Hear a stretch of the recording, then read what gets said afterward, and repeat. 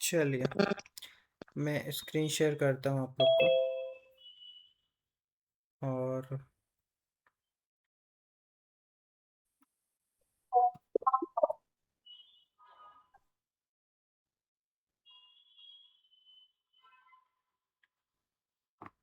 I hope screen is up for everyone.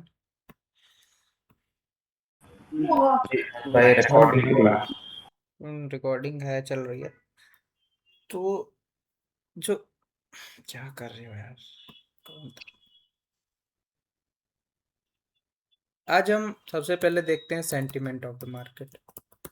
कि sentiment बोल लो या मार्केट मूवमेंट बोल लो, कि वो कैसे डिफाइन होता है। दिव्यांशु जी प्लीज़ ड्रॉ मत कीजिए। आप लोग जो आपके जो भी लैपटॉप में या फ़ोन में जो पेंसिल वाला आइकन है उसको मत टच कीजिए, क्योंकि उसमें नाम भी आ जाता है जो ड्रॉ करता है।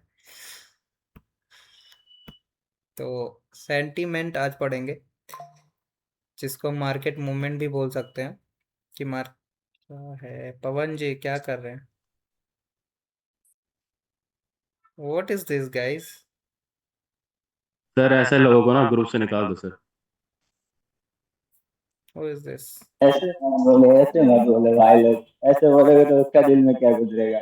छोड़ो, पहले ही कर क्या रहे हो? पवन कहाँ हो? कलम भाई इनसे चेक करो जरा क्या इशू है इनको। अरे पवन भाई ऐसा मत करो ना भाई, क्या तो ऐसा कर रहे हो।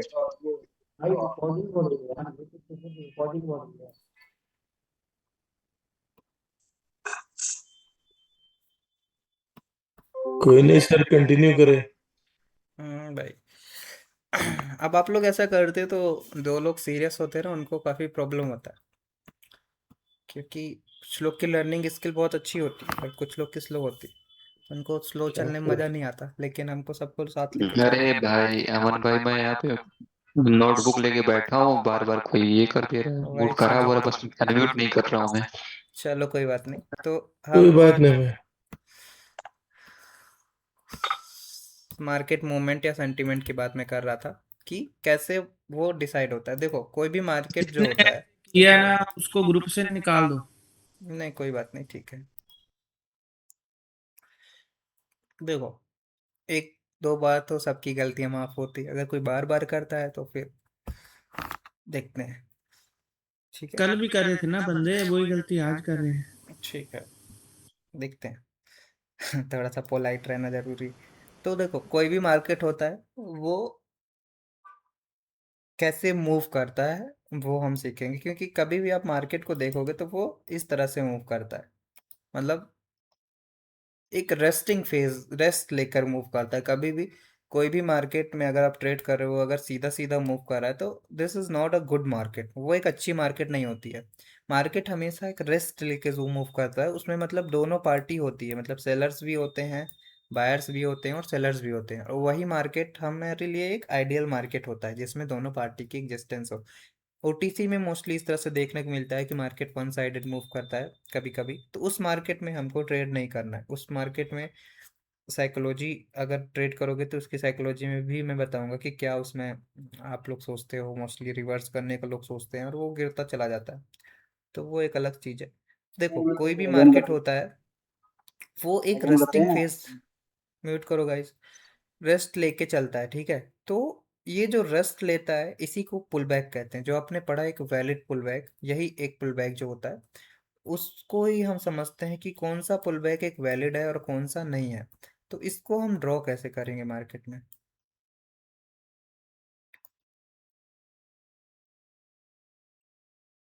फॉर सपोज,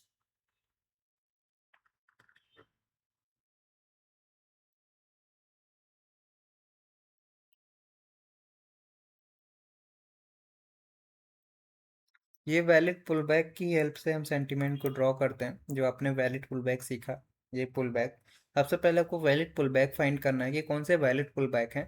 फिर उसी से हम सेंटीमेंट बनाते हैं कि मार्केट का सेंटीमेंट कैसे ड्रॉ होगा। मार्केट का सेंटीमेंट कैसे ड्रॉ होगा? पुल बैक हमने पढ़ लिया कि वैलिड कौन से होते हैं, उसी उसी को हमको कंसिडर करना है। और जो भी स्टार्टिंग पॉइंट होता है किसी भी पुल बैक का, उसको लेकर जो भी नेकलाइन होती है उससे हम अटैच करते हैं, तो वो एक हमारा एक सेंटिमेंट बनता है, फर्स्ट सेंटिमेंट। जैसे कि यहाँ से जो भी एक मूव स्टार्ट हुआ, मान लो यहाँ से, तो फर्स्ट पुल बैक जो आया है उसका नेक लाइन, और जब ब्रेक हो जाए वो जो लोवेस्ट पॉइंट होता है वो हमारा कनेक्ट होता है लोवेस्ट पॉइंट से नेक लाइन तक, उसी को हम एक सेंटिमेंट कहते हैं। और ऐसे हमको यहाँ पे हर सेंटिमेंट को ड्रॉ करते हुए चलना है। जितने भी पुल बैक बनेंगे आपको वहाँ पे हर सेंटिमेंट को इसके अकॉर्डिंगली ड्रॉ करना है। ठीक, इससे आपको सेंटिमेंट का बहुत अच्छा सा आइडिया होगा कि मार्केट का मूवमेंट अभी किस डायरेक्शन में है। ठीक है, और जब इस सेंटिमेंट को मार्केट ब्रेक करता है इस तरह से, तो वो एक दूसरे सेंटिमेंट में मूव होने के चांसेस उसके बहुत ज़्यादा रहते हैं इस तरह। तो उस सिचुएशन में हमारा सेंटिमेंट कैसे बनता है, इस उल्टा है इनका नेक लाइन, और जो स्टार्टिंग पॉइंट होता है इस तरह से। ठीक है, तो इस तरह से हमको सेंटिमेंट को समझते हुए मार्केट में चलना है कि मार्केट सेंटिमेंट कैसे बनाता है और कैसे चेंज करता है सेंटिमेंट। ठीक है, इसमें कोई डाउट है आप लोग को? काफी सिंपल था।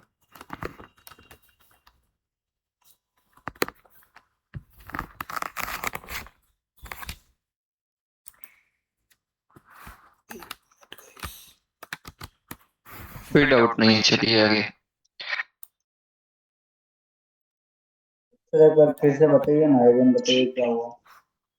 एक मिनट, मेरा माउस।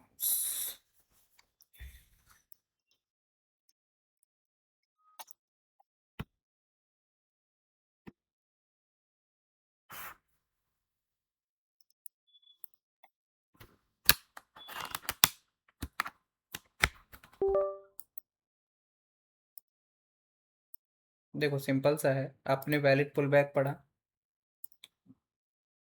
कि कैसे होते हैं। अब वैलिड पुल बैक जो भी पढ़े हैं, जो जो वैलिड पुल बैक होते हैं, उसी को स्टार्टिंग पॉइंट और एंड पॉइंट को अगर हम मिलाते हैं तो उससे हमको सेंटिमेंट का आइडिया होता है। For suppose this, like this,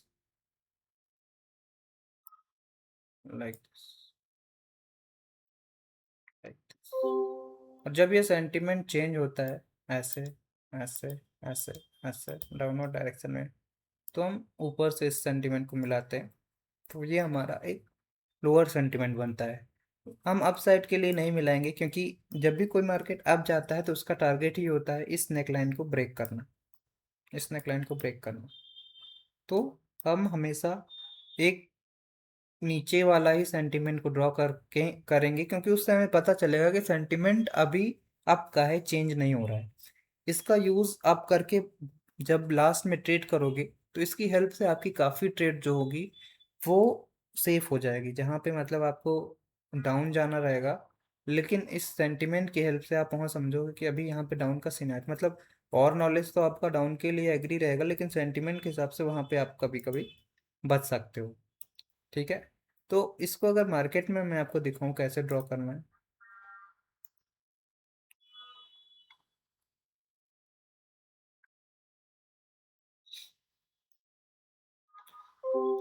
चलो यहाँ से शुरू करते हैं। तो सेंटिमेंट टू सेंटिमेंट, अगर आपको केवल मतलब ये दिख रहा है तो बहुत अच्छी बात है, अदरवाइज पहले सेंटिमेंट ड्रॉ कर लो, उसके बाद ड्रॉ करो तो भी सही रहेगा।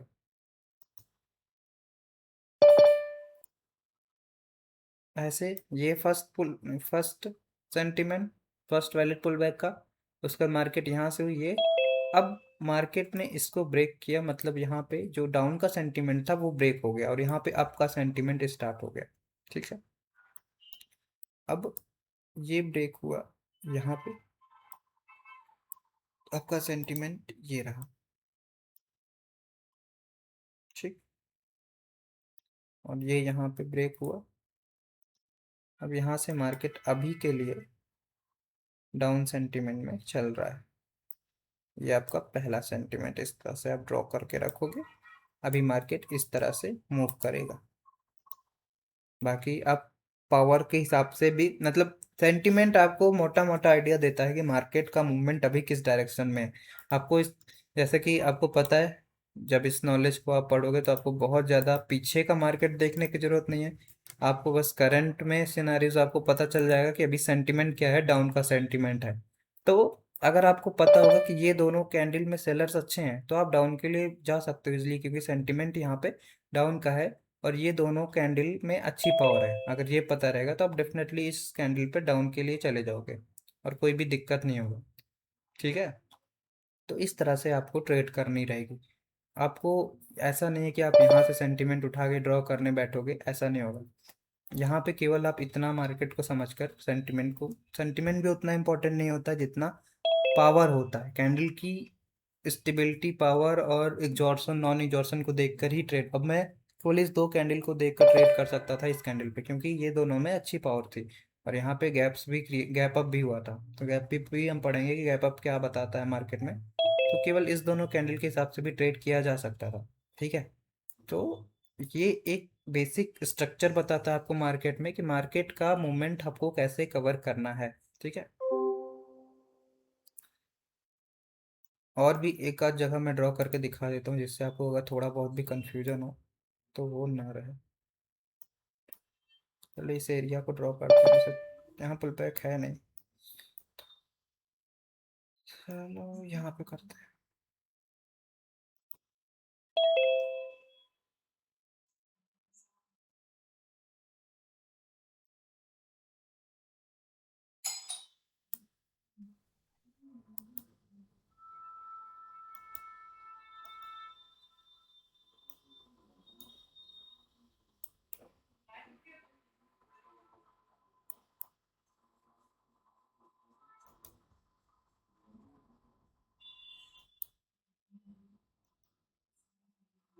ओके, तो आपका सेंटिमेंट क्या होगा, एक ये और एक चीज़ मैं इसमें बताऊंगा अभी, आपको रुको। एक ये, एक ये, एक ये। अब मैंने ये वाला सेंटिमेंट क्यों नहीं ड्रॉ किया, क्योंकि कभी भी आप जो सेंटिमेंट ड्रॉ करोगे वो एक एन की तरह होना चाहिए, मतलब मैक्स टू मैक्स इक्वल हो जाए तो भी चलेगा, अदरवाइज हल्का टिल्ड टरिक होता है तो वो एक अच्छा स्ट्रक्चर माना जाता है। मतलब एक अप ट्रेंड को बोलें तो वो बताता है, लेकिन अगर वो स्ट्रक्चर इस तरह से दिख रहा है आपको तो हो सकता है यहाँ से स्ट्रक्चर आपका चेंज हो जाए इस तरह से। ठीक है, तो इस तरीके वाले एन को आपको नहीं ड्रॉ करना है जो ऐसे करके या ऐसे जाए। ये वाला है, ये एक वैलिड एन नहीं हुआ। हो सकता है फिर ये वाला एन की स्टार्टिंग हो वो, ये वाला ऐसे ऐसे ऐसे। इसीलिए मैंने यहाँ पे नहीं ड्रॉ किया है, क्योंकि यहाँ पे देखोगे तो ये तो एक ठीक था स्ट्रक्चर, लेकिन उसके बाद जो हुआ यहाँ पे इस नेक लाइन को ब्रेक कर दिया गया नीचे की तरफ। तो ये इस तरह से नहीं ड्रॉ होगा, हम वेट करेंगे उसके बाद अगर एक फिर से वैलिड एंड अप डायरेक्शन के लिए बनता है तो हम उसको ड्रॉ करेंगे इस तरीके से या इस तरीके से। ठीक है, बहुत ही सिंपल है, इतना कुछ इसमें है नहीं। जैसे कि यहाँ पे स्ट्रक्चर आपका चेंज हो गया, downward direct toward downward direction.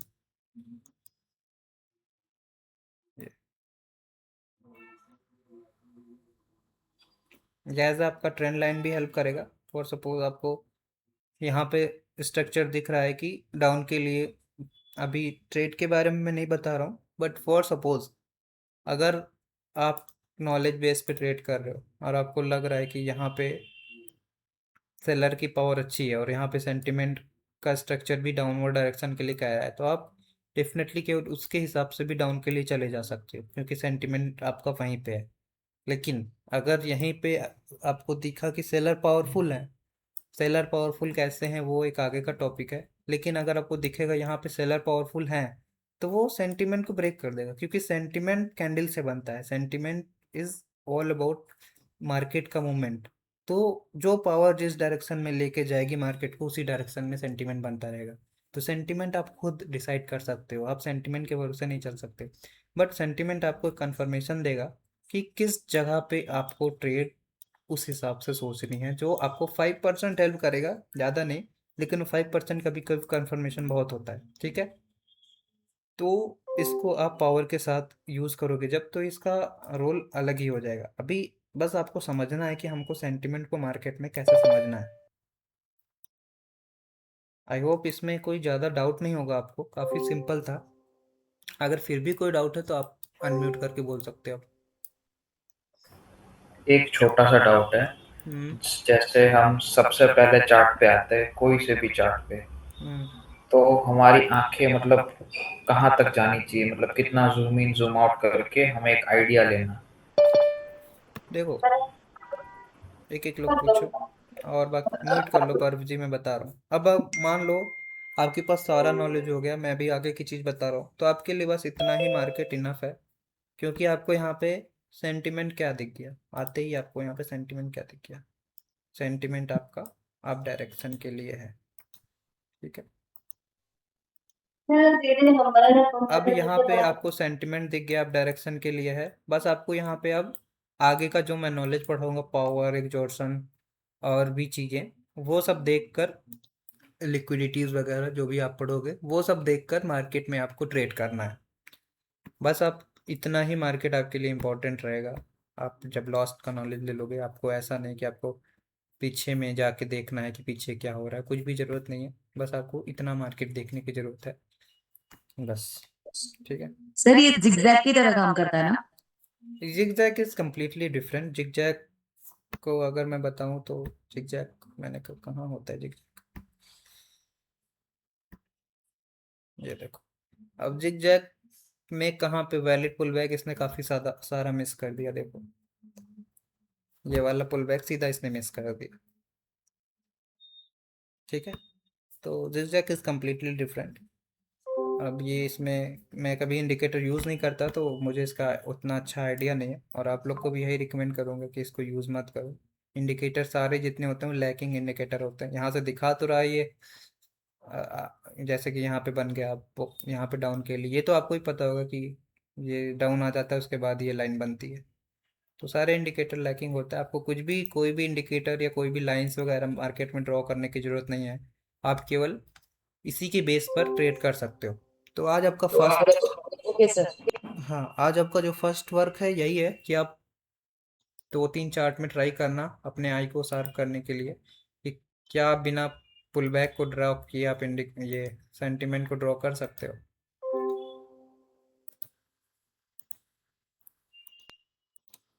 मतलब अमन भाई ये सेंटीमेंट बताता है कि मार्केट किस डायरेक्शन में चल रही है, अप डायरेक्शन में या डाउन डायरेक्शन में, ये यस, चीज ना। और इसके हेल्प से भी आपको काफ़ी हेल्प मिलेगी। जी जब आपको दोनों पावर इक्वल दिखेगी, जब बायर्स भी इक्वल दिखेंगे और सेलर्स भी इक्वल दिखेंगे, जब आप पावर पढ़ोगे, तो आप सेंटिमेंट जी। की हेल्प ले सकते हो ट्रेड में, कि सेंटिमेंट आपका है तो मैं पावर बायर्स के साथ जा सकता हूँ। हाँ मतलब सेंटीमेंट जो दिखा रहा है कि अप डायरेक्शन में चल रहा है मार्केट, फिर वहां अगर हमें ट्रेड भी करना होगा तो हम अप डायरेक्शन में ही जाएंगे, ये चीज ना। ऐसा ज़रूरी नहीं है। अब फॉर सपोज अप डायरेक्शन का सेंटिमेंट चल रहा है, आपको जी वहाँ पे सेलर की पावर अच्छी दिख गई, ठीक है, तो आप सेलर के साथ भी जा सकते हो।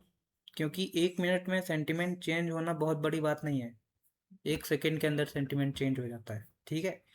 लेकिन आपको ये रफली आइडिया देगा कि मार्केट अभी किस डायरेक्शन में है, हाँ मतलब प्रेजेंट टाइम में किस डायरेक्शन में चल रहा है अभी है। All about is power, power and pressure जो होता है, जी कैंटिलेशन, वही मेन होता है। बाकी आपको बस उसके साथ ऐड करते रहना है, वो आपको हेल्प करता रहेगा कि मार्केट को अभी समझना कैसे है। बाकी ये हो गया अच्छा सेंटिमेंट के बारे में। अब हम हेलो। नेक्स्ट चीज़ पढ़ते हैं। हाँ इसमें जी मार्केट का स्ट्रक्चर का अच्छे से पता चलता पल वाले पता चल जाए जी, जैसे कि पीछे आपने पढ़ाया पुल बैक, हाँ उसके बारे में अच्छे से पता चल गया अपने को। तो फिर सेंटीमेंट पे आ जाएंगे, वो बार बार देखने की जरूरत नहीं पड़ेगी जी, हाँ पुल बैक वैलिड है नहीं, क्योंकि अब नजर तो पता चल जाएगा हाँ वैलिड है नहीं। हाँ और मार्केट का स्ट्रक्चर पता चल जाएगा कहाँ पर ये रिवर्सल कर रहा है। तो हाँ सेंटीमेंट चेंज हो गया तो हाँ डाउन खतरा जा सकता, वो फिर आपकी बात की बात है, हाँ भाई डाउन खतरा वो जा तो सकता बात तो। की बात है, लेकिन आपको जैसे कि आइडिया लग जाएगा कि अभी मार्केट अगर सेंटिमेंट चेंज किया है तो डाउनवर्ड डायरेक्शन में जा रहा है। हाँ जी हाँ जी। हम्म, तो ठीक है, और किसी का कोई डाउट? मतलब हमें इंटरनल सेंटिमेंट ही देखना होगा ना कहीं ना कहीं। इंटरनल सेंटिमेंट मतलब बिगर पिक्चर पे हमें देखना ही नहीं होगा ना।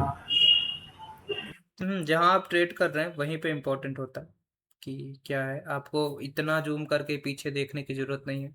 अगर आप इतने से भी समझ गए, जैसे मैंने अभी बताया, किसी भी मार्केट में अगर आप ऐसे जाते हो तो बस आपका ये पिक्चर ही सेंटीमेंट को दिखाता है। जैसे अभी यहाँ पे आपका सेंटीमेंट है, लेकिन मान लो यहीं पे आपका सेंटीमेंट है। अब मुझे, मैं एक एग्जांपल देता हूँ आपको।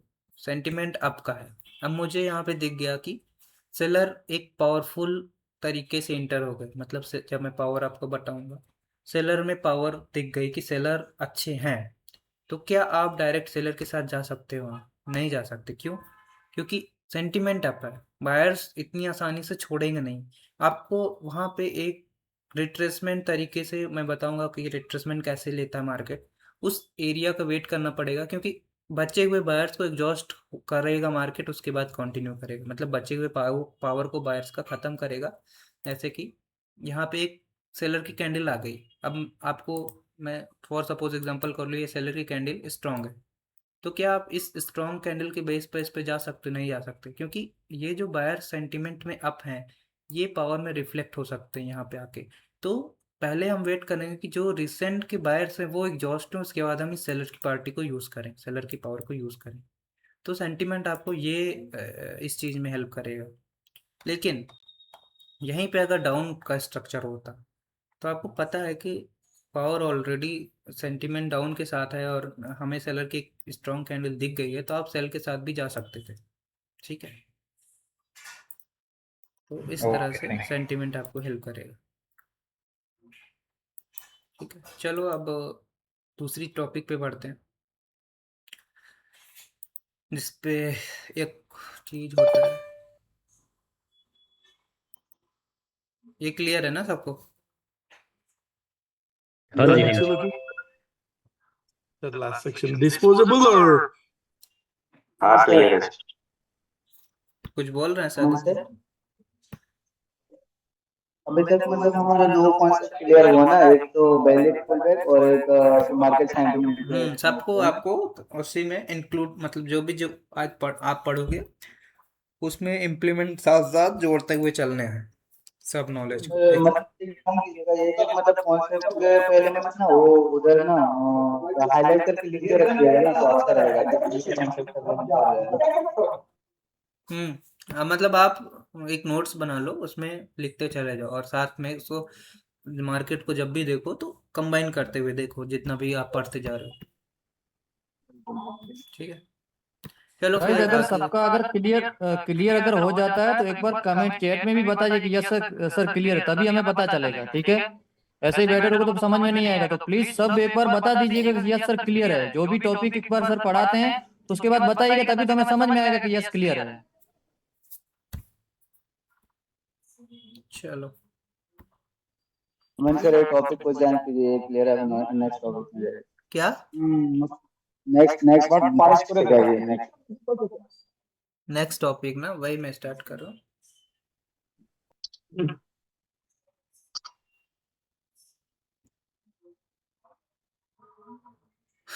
चलो फिर आगे बढ़ते हैं और दूसरी चीज हम समझते हैं, जोन मार्किंग। जोन मार्किंग क्या होता है? सबसे पहले आपका मैं एक कॉन्सेप्ट क्लियर करता हूँ, जिसपे आप ऑलमोस्ट आई थिंक 90% लोग यहाँ पे जो हैं उस पे कभी ना कभी या अभी भी कोर्स में हमारे आने से पहले इस पे ट्रेड करते रहोगे। अब वो है सपोर्ट एंड रेजिस्टेंस। उसकी मिथ को मैं थोड़ा सा आपको साथ क्लियर करता हूँ कि सपोर्ट रेजिस्टेंस क्यों फेक होता है, सपोर्ट रेजिस्टेंस पे क्यों नहीं ट्रेड करनी चाहिए। और सपोज कोई मार्केट है,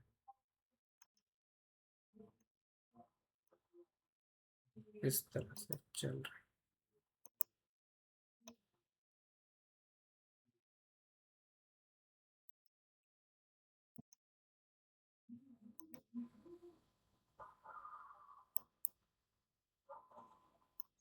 और सपोज कोई मार्केट है, इस तरह से मूवमेंट है, बीच में मैंने मोटा मोटा स्ट्रक्चर बना दिया, बीच में जो भी हो।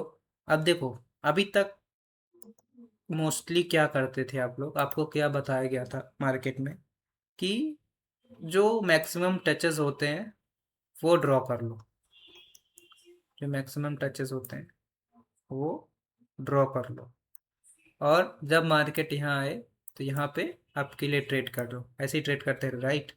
तो ये क्यों एक रॉन्ग तरीका है ट्रेड करने का, क्योंकि देखो आप ऐसे लाइन पीछे का मार्केट देखते थे और एक लाइन लगा के, हॉरिजॉन्टल लाइन लगा के बैठ जाते थे, जैसे यहाँ पे आप लगा लिए, यहाँ पे लगा लिए। अब मैं कुछ लोगों के चार्ट देखता था तो केवल लाइन से भरे रहते थे, हर जगह लाइन, हर जगह लाइन, ऐसे ऐसे लाइन। कहाँ पे ट्रेड करोगे आप, यहाँ पे करोगे, यहाँ पे करोगे आप। अब इस तरह का जो ट्रेड होता है ना, आपको खुद नहीं पता होता कि ये कब ब्रेक हो जाएगा, ये कब ब्रेक हो जाएगा, ये कब ब्रेक हो जाएगा, कब। अब आपको लोग ये भी बताएं कि इसको ब्रेक हो जाए तो मार्टिंगल ले लो, या ब्रेक होने, बहुत लोग ब्रेकआउट पे ट्रेड करते हैं कि ब्रेकआउट हो जाए उसके बाद रिवर्स होगा, लेकिन वो क्या होता है, ब्रेकआउट होकर एकदम सीधा सीधा चला जाता है, क्योंकि मार्केट को भी पता है कि आप कैसे सोच रहे हो, ठीक है। एक बहुत ही कन्वेंशनल तरीके से सोच रहे हो कि बस सपोर्ट को ब्रेक होने पर हम ट्रेड करेंगे, या सपोर्ट पे आने पर हम कॉल के लिए जाएंगे। आपको वहाँ कुछ भी अंडरस्टैंडिंग नहीं है, वहाँ पे मार्केट की अंडरस्टैंडिंग नहीं है, पावर की अंडरस्टैंडिंग नहीं है, सेलर उस समय कैसे हैं वो अंडरस्टैंडिंग नहीं है। अगर लेबल पे ही ट्रेड होता तो सब प्रॉफिटेबल हो जाते, क्योंकि लेबल्स कुछ नहीं होता, label is nothing, label break करने के लिए ही बने होते हैं। लेवल ब्रेक होगा तभी मार्केट मूव करेगा किसी डायरेक्शन में।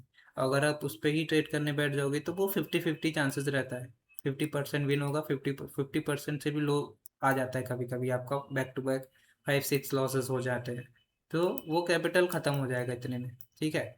और इस पे शुरू में तो मैं अगर बताऊं तो कोटेक्स में शुरू में ये थोड़ा बहुत वर्क भी करता था, लेकिन जब से इसमें लिक्विडिटीज़ आई हैं, बहुत ज़्यादा लोग ट्रेड करने लगे हैं, तो ये और भी वर्क करना बंद कर दिया है।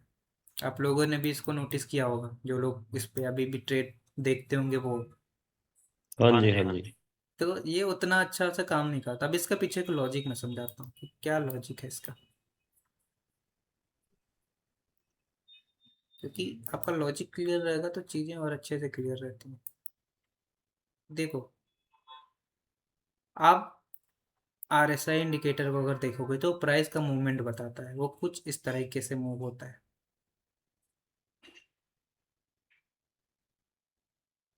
इस तरह से मूव होता रहता है।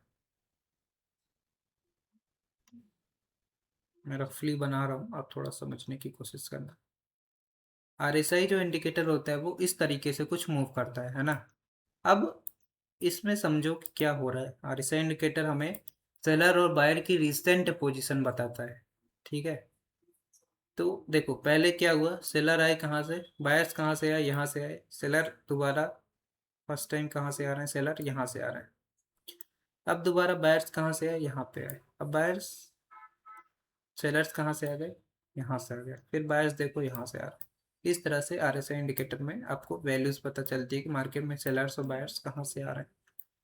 तो अगर आप वहाँ पे देखोगे तो आप पाओगे कहीं भी एक सेम जगह से सेलर्स और बायर्स की एंट्री नहीं होती। कभी सेलर्स यहाँ से आ रहे हैं, कभी बायर्स यहाँ से आ रहे हैं। तो जो आप लाइन लगाते हो एक हॉरिजॉन्टल लाइन, वो ऑलवेज एक फेक रेजिस्टेंस दिखाती है या फेक सपोर्ट दिखाती है, कि क्योंकि ज़रूरी नहीं है कि मार्केट में रिसेंट में जहाँ से सेलर आए हैं वहीं से सेलर अब दोबारा एंटर करेंगे, ठीक है। सेलर उसके नीचे से भी एंट्री कर सकते हैं, सेलर उसके ऊपर से भी एंट्री कर सकते हैं, सेलर बीच से भी एंट्री कर सकते हैं। आप अगर रेजिस्टेंस लगा के वेट करते रहोगे तो ज़रूरी नहीं है कि वो आके ब्रेक भी कर जाएगा ऐसे। तो ये एक रिसेंट अगर देखोगे तो सेलर और बायर की पोजीशन बताता है कि सेलर बायर कैसे मार्केट में एंट्री करते हैं, ठीक है। तो इसको सही तरीका क्या है इसका ड्रॉ करने का, सही तरीका ऑलवेज है एक जोन मार्किंग, और वो भी recent zone marking. Support resistance never be a single line, कभी भी सपोर्ट रेजिस्टेंस जो होता है एक सिंगल लाइन नहीं होता। सिंगल लाइन से हम सपोर्ट रेजिस्टेंस को ड्रॉ नहीं कर सकते, क्यों, क्योंकि जब भी किसी लेवल से अपोजिट पार्टी आती है तो वहाँ दोनों अवेलेबल होते हैं, एक बायर्स और एक सेलर। दोनों में जब एक्सचेंज होता है ट्रांजेक्शन का तभी दूसरी पार्टी की एंट्री होती है। तो कभी भी जो सपोर्ट रेजिस्टेंस होता है वो दोनों पार्टी को मिक्स करके बनता है ऐसे, और उसी को हम जोन मार्किंग भी बोलते हैं। तो अब से हम इसको कैसे ड्रॉ करने वाले हैं हम ये सीखेंगे। हमें अब इसको मार्केट में किस तरह से देखना है, सपोर्ट रेजिस्टेंस नहीं, अब बोलेंगे हम उसको, हम जोन मार्किंग बोलेंगे कि हम जोन मार्किंग की हेल्प से अब मार्केट को अंडरस्टैंड करने वाले हैं। ये एकदम बेसिक होता है, किसी भी अगर आप मार्केट में हो तो सबसे बेसिक होता है जोन मार्किंग, या मैंने जो पढ़ा है valid pull back, internal structure, तो ये सब एकदम बेसिक है। तो अभी आप, अब से आप कैसे ड्रॉ करोगे, आप केवल रिसेंट पोजीशन को देखोगे कि कहाँ से बायर्स और सेलर की एंट्री हो रही है, ठीक है। और सपोज ये ग्रीन कैंडल है,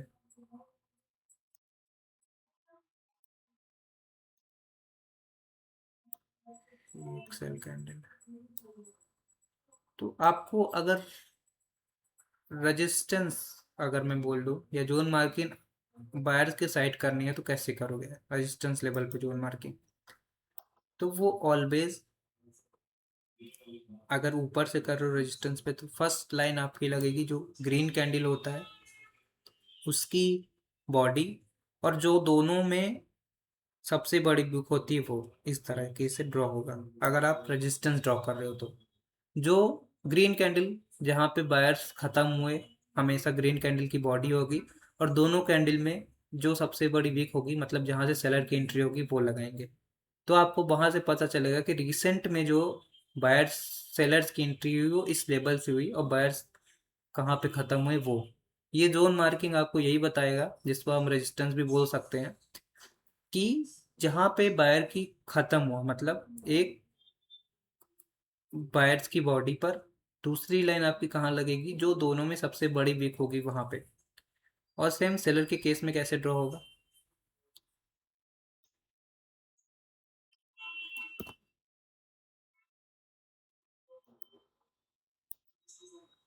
आवाज आ रही मेरी? हम्म, टेलर केस में ना, अच्छा मुझसे वगैरह पूछ रहे हैं आप, इसलिए मैंने बताना लगा। कोई नहीं, कोई बताइए। एक मिनट रुको, पूरा कंप्लीट हो जाने दो।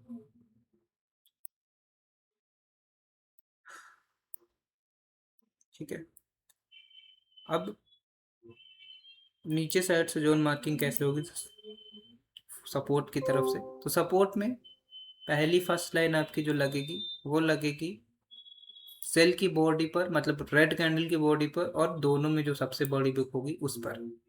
तो इस तरह से आपको जोन मार्किंग करते हुए चलना है। और केवल रिसेंट जोन मार्किंग आपको, मतलब जो भी अनमेडिकेटेड होगा वही आपके लिए अब इम्पोर्टेंट होगा, जो भी मेडिकेटेड हो गया है वो जोन मार्किंग आपके लिए इम्पोर्टेंट नहीं होगा। फॉर एग्जांपल मैं चार्ट में चल के दिखाता हूँ।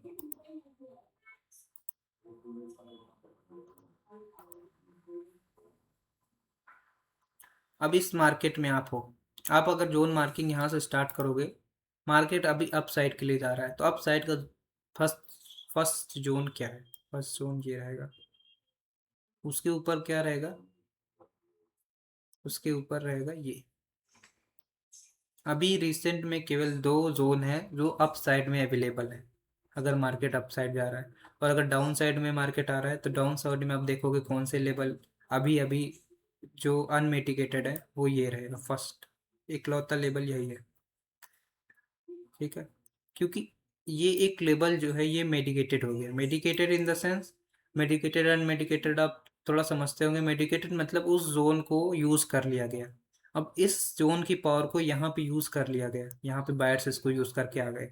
तो जब मार्केट यहाँ से नीचे की तरफ जाएगा तो अब हमारे लिए ये जोन जो है यूज़फुल नहीं है, अभी हमारे लिए जो फर्स्ट जोन है वो यही यूज़फुल है। थोड़ा और अच्छे से समझते हैं इसको बैक साइड में।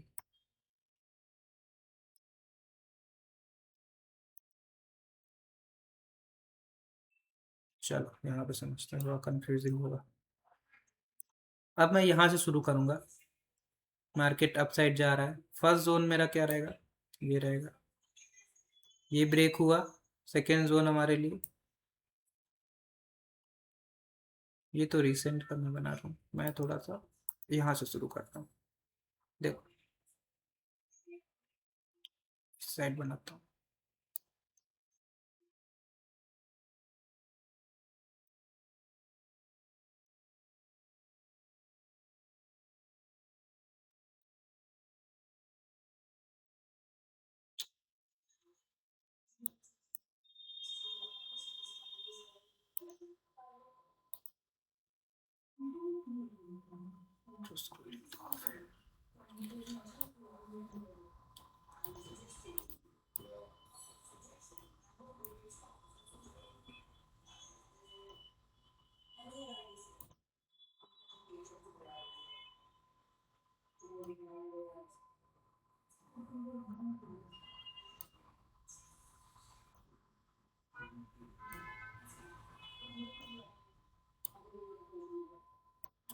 मैंने इस साइड के जो जोन है डाउन, मतलब सपोर्ट जोन, वो जो ड्रॉ किए। अब मार्केट अगर इधर से गिरेगा तो उसके लिए कौन कौन से लेवल होंगे? फर्स्ट ये होंगे, सेकंड ये होंगे, थर्ड ये होंगे, फोर्थ ये होंगे।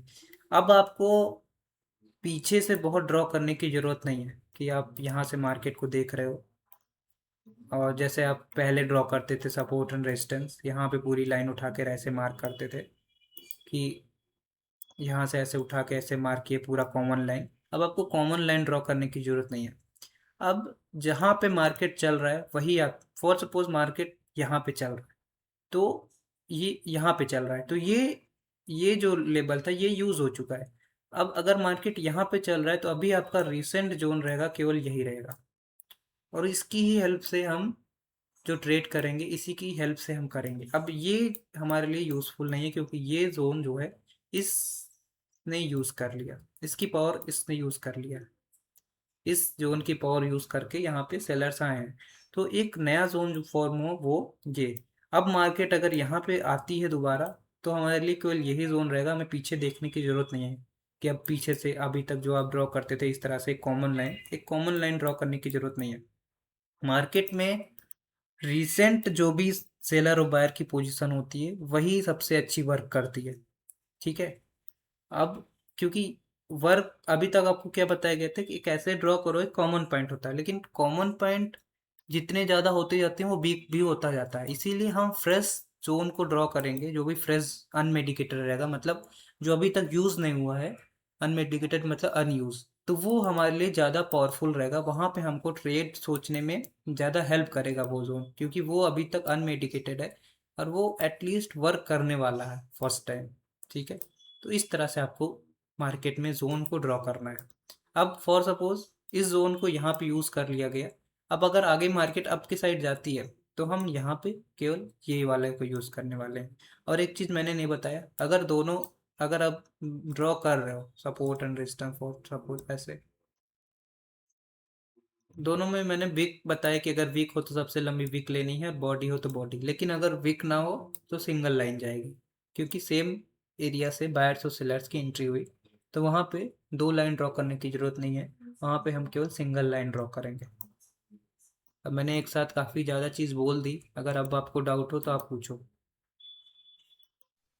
सर मुझे प्रेजेंट मार्केट कंडीशन में सेम अप्लाई करके दिखाइए ना, अभी जो मतलब चल रहा है रिसेंट, उस पे हम ये सेम जोन कैसे अप्लाई करेंगे? देखो अभी मार्केट नीचे के साइड जा रहा है, तो आपको देखना है कि अनमेडिकेटेड जोन आपके लिए कौन कौन से हैं, ठीक है। अनमेडिकेटेड जोन क्या ये वाला है, ये वाला, ये वाला, ये वाला? नहीं, वो भी ले रहा है करंट। तो सबसे पहले आप ड्रॉ कैसे करोगे? रेड की बॉडी और रेड की वीक। जोनों में जो सबसे बड़ी वीक रहेगी वो रिजेक्शन। तो अगर आप यहाँ पे देखोगे तो ये मेडिकेटेड नहीं है, हल्का सा गैप है यहाँ पे, यहाँ पे, यहाँ पे देखोगे इस वीक ने इसको टच नहीं किया, तो ये भी अनमेडिकेटेड है, तो हम इसको भी एज ए जोन कंसीडर करेंगे, ठीक है। अगर यहीं पे ये टच हो जाता है, ऐसे इसकी पावर को यूज़ कर लिया जाता, तो हमारे लिए ये जोन किसी काम का ना रहता, फिर हमारे लिए रिसेंट जोन जो होता यही होता है, इस दोनों की बॉडी टच हुआ है सर? नहीं, हल्का सा टच नहीं हुआ, मैंने इसीलिए ड्रॉ किया था। अगर आप देखोगे तो रेड की बॉडी पे लगाना है ना, रेड की बॉडी पे लगाओगे, हल्का सा गैप है। ओके, और तो जूम करने पर पता चलेगा। हाँ, और उसके बाद दूसरा जोन आपका अनमेडिकेटेड क्या है, ये वाला। अगर मार्केट नीचे की तरफ आती है, फॉर सपोज मार्केट ऊपर की तरफ जाती है, तो अभी आपके लिए अनमेडिकेटेड जोन कौन कौन सा है? फर्स्ट ये है, Yes. सेकंड कौन सा है, ये है, वो ये है।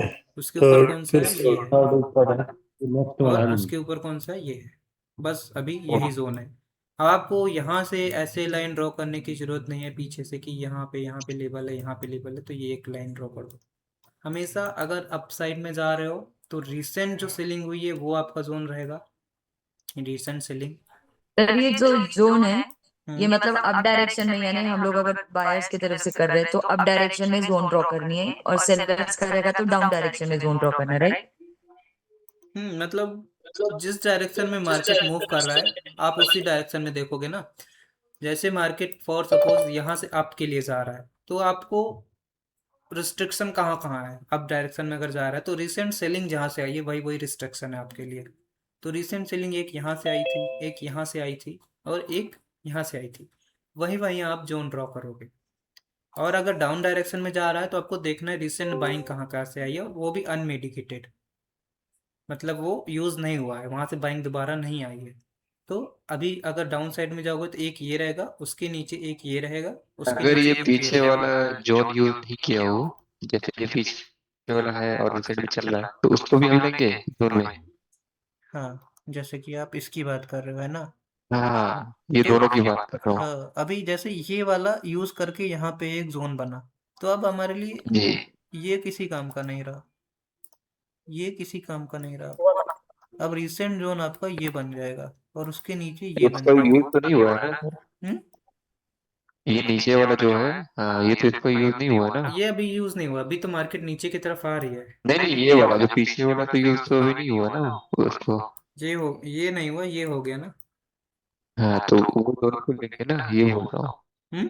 दोनों लेंगे, नीचे मार्केट आएगी तो ये दोनों को मिला के जोन बना सकते हैं ना। हाँ, एक ये जोन रहेगा आपके लिए, एक ये रहेगा जो हाँ, वही अनमेडिकेटेड चीज रहेगा, पूछ रहा हूँ। और ये यूज़ हो चुका है आपका यहाँ पे। हाँ, वो तो यूज हो चुका है, वो की हम्म। तरह। तो इस तरह से आपको मार्केट में केवल रिसेंट बाइंग और सेलिंग को देखकर ही प्रेडिक्ट करना है।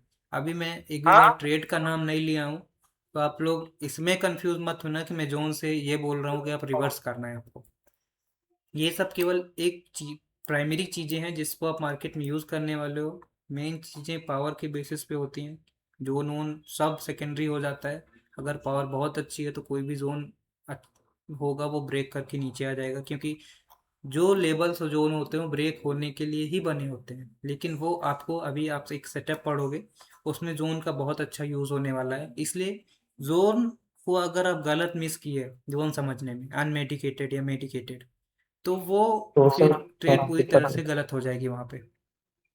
सही सर। ठीक है, मैं किसी और सर मार्केट, पावर का तो बताएंगे ना आप सेपरेटली, मतलब कैसे पावर है वो कैंडल में? एक अलग ही टॉपिक है, वो अभी आपको पता चलेगा। डायरेक्ट उसको नहीं बता सकते हैं, उसको ही बता देंगे तो। अगर सर ये अगर जोन को विक्स से ही शिफ्ट किया गया तो ले लेंगे ना कि हाँ वो जोन तो यूज हो चुका है, ये चीज ना। अगर विक्स से ही होगा, अगर जोन जो है विक्स से भी यूज हो गया हाँ हाँ, वीक से भी माना तो मानेंगे जाएगा, ना उसको। यूज्ड मानेंगे। अब यहाँ पे अच्छा, देखो, यहाँ पे आपका अगर डाउन साइड का जोन देखोगे तो कौन कौन सा है, एक ये है और एक ये है, बस अभी के लिए रिसेंट के लिए। उसके नीचे फिर ये, अब ये नहीं है क्योंकि ये तो यूज़ हो चुका है। और अगर यही बिक यहाँ तक होती, यही बिक यहाँ तक होती तो ये भी यूज़ हो जाता, तो हमारे लिए एक सिंगल जोन होता है इससे। सेम बाइंग में इसको बाइंग में ये यूज़ हुआ यहाँ पे, फिर यूज़ हुआ यहाँ पे, अभी ये यूज़ हो गया यहाँ पे। तो रिसेंट क्या जोन है, केवल यही जोन है आपके लिए जो अभी रिसेंट में बना है। अब इस यहाँ से ऐसी लाइन लाने की कोई भी ज़रूरत नहीं है, ठीक है। रिसेंट जोन आपका ये है, ठीक। नीचे आएगा तो यहाँ से स्टार्ट करोगे, यहाँ से, यहाँ से, यहाँ से, ये। तो आई होप ये क्लियर होगा, काफ़ी अच्छा है। इसको आप प्रैक्टिस करना थोड़ा सा, आई इसको अपने सर्व करना, कुछ भी नहीं है इसमें, बस आपको मार्केट ओपन करके 2-3 जगह जोन ड्रॉ करना और मुझे भेज देना, मैं एक बार चेक कर लूँगा।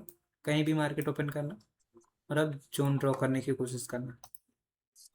किसी को अभी भी कोई डाउट हो तो एक बार और बोलो, मैं फिर से बता दूंगा। क्लियर है। क्लियर है, सबको क्लियर है? क्लियर है मुझे। एक सर जैसे दोबारा से एक बार समझ समझ में में आ और गया। बता दीजिए आप। दोबारा से सर, जोन यूज कैसे हो गया वो समझ नहीं आया मुझे, मतलब पहले की कैंडल आप बता रहे हो ना कि यूज हो गया, तो मेरे दिमाग में नहीं आया सर, प्लीज आप बता दीजिए एक बार दोबारा। Okay, use in the sense कोई मार्केट तो है।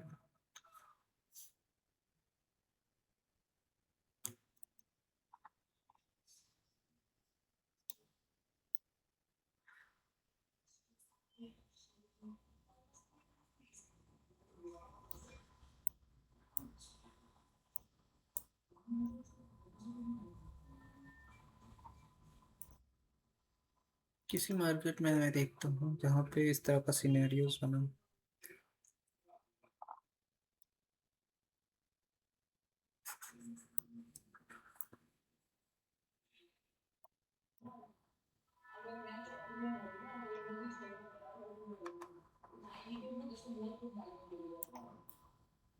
देखो अभी जोन कौन कौन सा था, यहाँ तो यूज है एक्चुअली।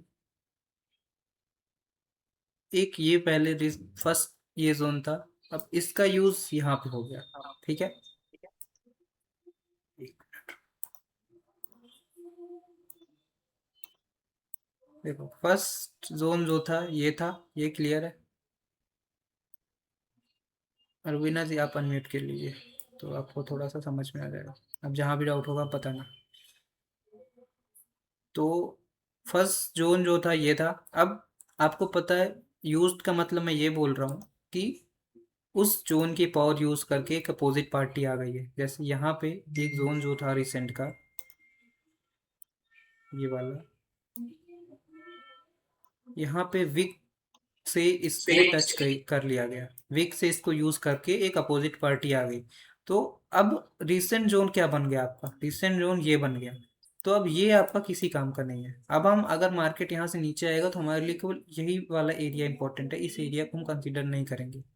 अब जैसे यहाँ पे मार्केट आके विक से इसको यूज कर लिया, इस वाले एरिया को, और अपोजिट पार्टी आ गई, तो हम इसको ड्रॉ कर देंगे। अब मार्केट अगर नीचे आती है तो हमारे लिए अब ये दोनों जो पीछे के एरिया थे ये हमारे लिए किसी काम के नहीं है। अब हमारे लिए कौन सा रीसेंट जोन रहेगा, रीसेंट जोन हमारे लिए यही रहेगा, ये वाला, ठीक है।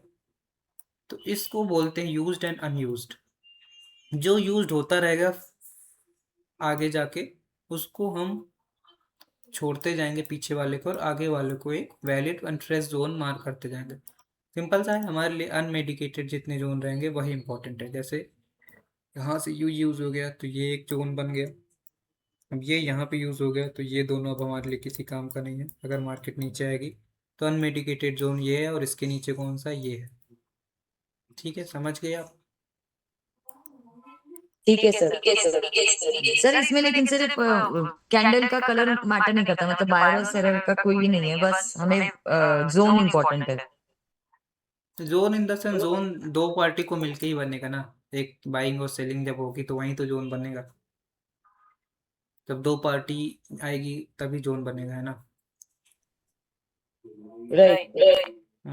जहाँ भी जोन बनेगा वो दो पार्टी के साथ ही बनेगा, एक बाइंग आएगी एक सेलिंग आएगी, नीचे से एक सेलिंग आएगी एक बाइंग आएगी। कोई नहीं, आप इसको प्रैक्टिस करना, उसके बाद भी नहीं समझ में आता है आप लोग को तो कल फिर बता देंगे, कोई हरी नहीं है किसी चीज़ की। बाकी और अमन भाई वीडियोस भी जैसे देखो कैंडल में बहुत बड़ा विक आ गया, वो तो मैं बताने वो वाला था आपको कि फॉर सपोज कोई कैंडल ऐसे बनी, इसमें ऐसे विक आ गया ऐसे, तो यहाँ पे जोन कैसे ड्रॉ करेंगे? क्या ये पूरा एरिया जोन का होगा? मतलब मेरा क्वेश्चन ये है कि बहुत बड़ी विक आ गई तो हम तो बॉडी से विक तक पूरा मतलब बॉक्स वही मैं बता रहा हूँ कि अगर इस तरह से वीक है तो क्या पूरा एरिया में ड्रॉ करना पड़ेगा कि नहीं, तो ये आप पूछ रहे हो। तो ये इम्पोर्टेंट नहीं कि आप पूरा एरिया को ड्रॉ करें, ठीक है। मोस्टली ऐसे मार्केट जो होते हैं वोलेटाइल मार्केट होते हैं, तो ऐसे मार्केट में आपको पहली बात तो ड्रॉ नहीं करना है, ऐसे मार्केट में आपको ट्रेड नहीं करना है। आप मोस्टली अगर देखोगे यहाँ पे रिसेंटली, तो जहाँ भी एक जोन बन रहा है, एक आइडियल एरिया ही है, आइडियल एरिया ही है, आइडियल एरिया ही है।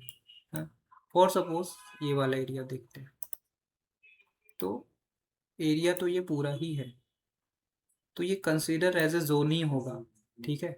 अब इसमें अगर आपको कोई सेटअप बन रहा है, मतलब जोन के रिलेटेड कोई सेटअप है, तो ये पूरा area as A zone consider होगा, ठीक है। फिर वो बिग से मैटर नहीं करता बिग कितनी बड़ी है, अगर सेलिंग जहाँ से आई है वो बाइंग जहाँ पे ख़त्म हुई है, वो पूरा एरिया ही एक अपोजिट पार्टी का होता है। मोस्टली ऐसे कम देखने को मिलता है, क्योंकि इतनी बड़ी विक्स अगर छोड़ती है मार्केट, तो वहाँ अपोजिट पार्टी का प्रेशर होता है, वहाँ पे आपको अलग तरीके से सोचना है, मैं बताऊँगा। और जैसे यहाँ पे छोड़ा, तो यहाँ पे इतना बड़ा एरिया, अब मार्केट अगर यहाँ पे आती है और कोई ट्रेड आपको यहाँ पे फॉर्मेशन होता है और पूरा एरिया ही यहाँ पे सेलिंग का है, तो हम यहाँ पे अवॉइड करेंगे मोस्ट ऑफ द टाइम। जी, मतलब आपको टाइम के साथ क्लियर हो जाएगा। मतलब सर जिसकी भी बहुत बड़ी हो वहां पे हम अवॉइड कर देंगे, हाँ, वहां वहाँ पे आप ट्रेड नहीं अवॉइड भी कर करेंगे वहां। सकते हो जोन मार्केट, क्योंकि वो एरिया में वैसे भी आप कोई ट्रेड फाइंड करने वाले नहीं हो। मोस्टली आपको आइडियल छोटे छोटे ही एरिया दिखेंगे इस तरीके से। उसको एज ए लिक्विडिटीज़ हम यूज़ करेंगे, बाद में आपको बताऊंगा मैं, वो आगे के टॉपिक्स जैसे आते रहेंगे आपको क्लियर होता रहेगा। वो एज ए लिक्विडिटी वहाँ पे क्रिएट होती है, वो बहुत अच्छे से वर्क करती है। और जैसे गैप अप हो गया दो कैंडल के बीच, तो हम इसकी ओपनिंग प्राइस को विक से मतलब मार्क करेंगे। और सपोज ये एक रेड कैंडल है और ये एक ग्रीन कैंडल है, ये गैप डाउन का सिनेरियो, और ये एक गैप अप का सिनेरियो।